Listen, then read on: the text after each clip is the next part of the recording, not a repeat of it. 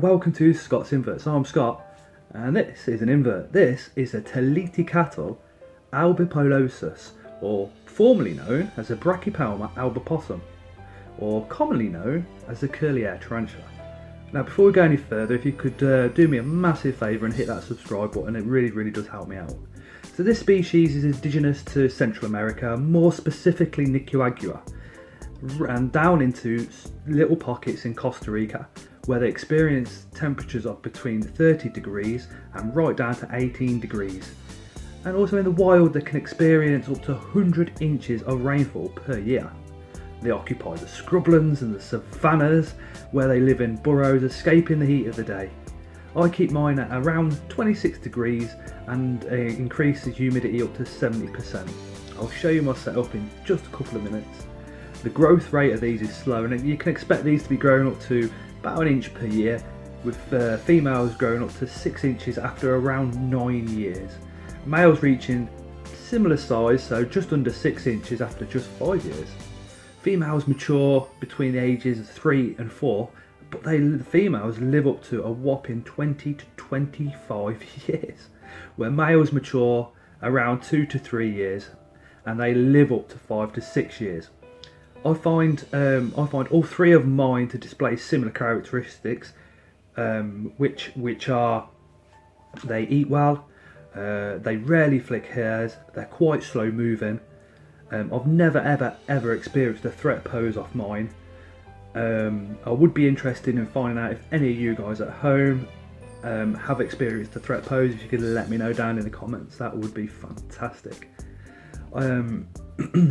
Okay, so with all that said, let's go over and we'll take a quick look at my setup and show you guys what I've done. Alright guys, so this is my setup that I've got for the albopilosus. Wow, did you see how quick she was? So as I was saying, these tarantulas are very docile, but when it comes to feeding, they are on it. Absolutely on it. I think that roach is still wiggling in her huge fangs. Now the reason that I haven't mentioned the two different forms that you can get. There's a hobby form and there's the true form, which is known as a Nicaragua. For the sake of this video, I'm going to treat both of those forms as the same because care requirements are identical. But in a future video, I am going to be looking at the differences between the two. And if I just slowly turn her enclosure around so you can... Wow, just look at her, she's an absolute beauty. But yeah, I mean, she's got a cork bark hide here, which she will go in.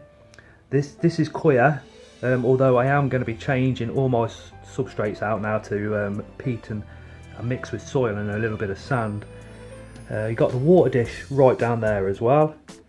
And what I'll do is I'll come along, I'll overfill that water dish and I'll drench her enclosure up to about here, and then I'll let that completely dry out, quite similar to what happens in the wild. This girl very rarely flicks hairs at me. I've never seen a threat pose off her as yet. This girl was also paired up 2 or 3 months ago, and if you look at her bum here, it's looking quite fat and it's a bit more forward facing, so I'm hoping that she's actually gravid. Hi guys, so that was the tililtocatl albopilosus, the curly-haired tarantula. As I was saying, one of the most common in the hobby, but like I said again, extremely overlooked by the more experienced keepers. I don't know why, because I find them fascinating. They are slow, they are docile until they feed, like you just saw in that clip. They will boom onto the prey. Absolutely fantastic. But thank you so much for watching guys, and as always, we shall see you again on the next one. Whew, it's hot in here.